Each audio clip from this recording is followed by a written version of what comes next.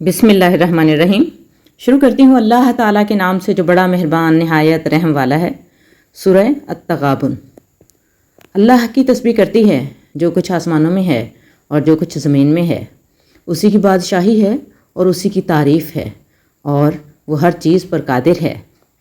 وہی ہے جس نے تمہیں پیدا کیا، پھر تم میں سے کوئی کافر ہے اور کوئی مومن، اور اللہ جو کچھ تم کرتے ہو اسے دیکھ رہا ہے۔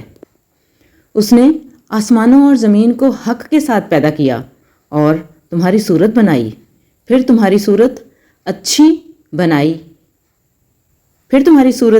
بنائیں اور اسی کی طرف لوٹ کر جانا ہے۔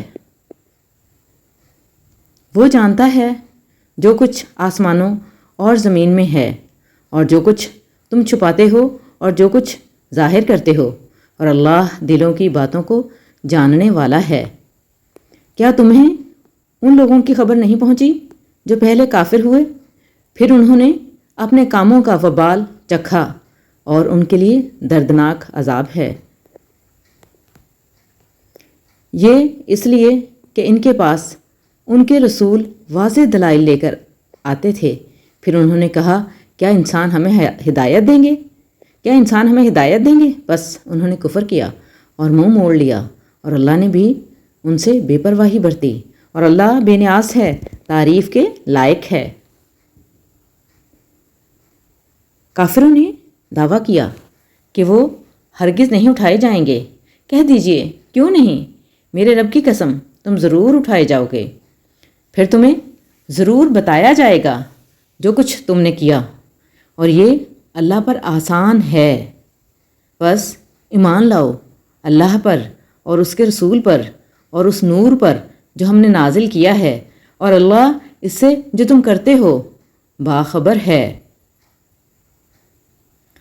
جس دن وہ تمہیں جمع کرے گا، جمع ہونے کے دن، وہ دن ہے دھوکے کا، اور جو اللہ پر ایمان لائے اور نیک عمل کرے، اللہ اس سے اس کی برائیاں دور کر دے گا اور اسے ایسی جنتوں میں داخل کرے گا جن کے نیچے نہریں بہتی ہیں، اور ان میں ہمیشہ رہیں گے۔ یہی بڑی کامیابی ہے۔ اور جنہوں نے کفر کیا اور ہماری آیات کو جھٹلایا، وہی لوگ جہنمی ہیں اور اس میں ہمیشہ رہیں گے، اور وہ بہت بری جگہ ہے۔ جو مصیبت بھی آتی ہے اللہ کے حکم سے آتی ہے، اور جو اللہ پر ایمان لاتا ہے اللہ اس کے دل کو ہدایت دیتا ہے، اور اللہ ہر چیز کو جاننے والا ہے۔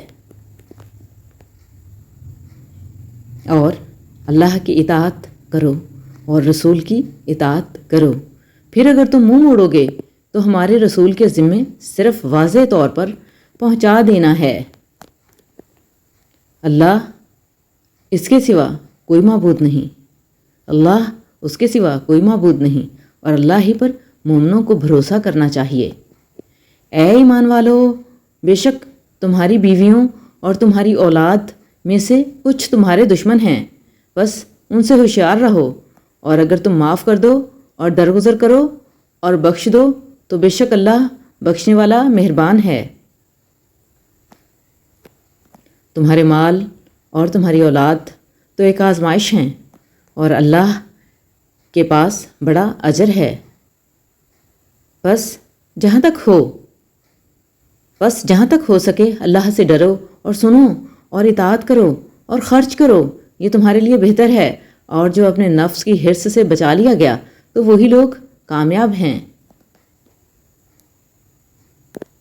اگر تم اللہ کو قرض حسنہ دو گے تو وہ اسے تمہارے لیے کئی گنا بڑھا دے گا اور تمہیں بخش دے گا، اور اللہ قدردان ہے، بردبار ہے، وہ غیب اور ظاہر کا جاننے والا ہے، زبردست ہے، حکمت والا ہے۔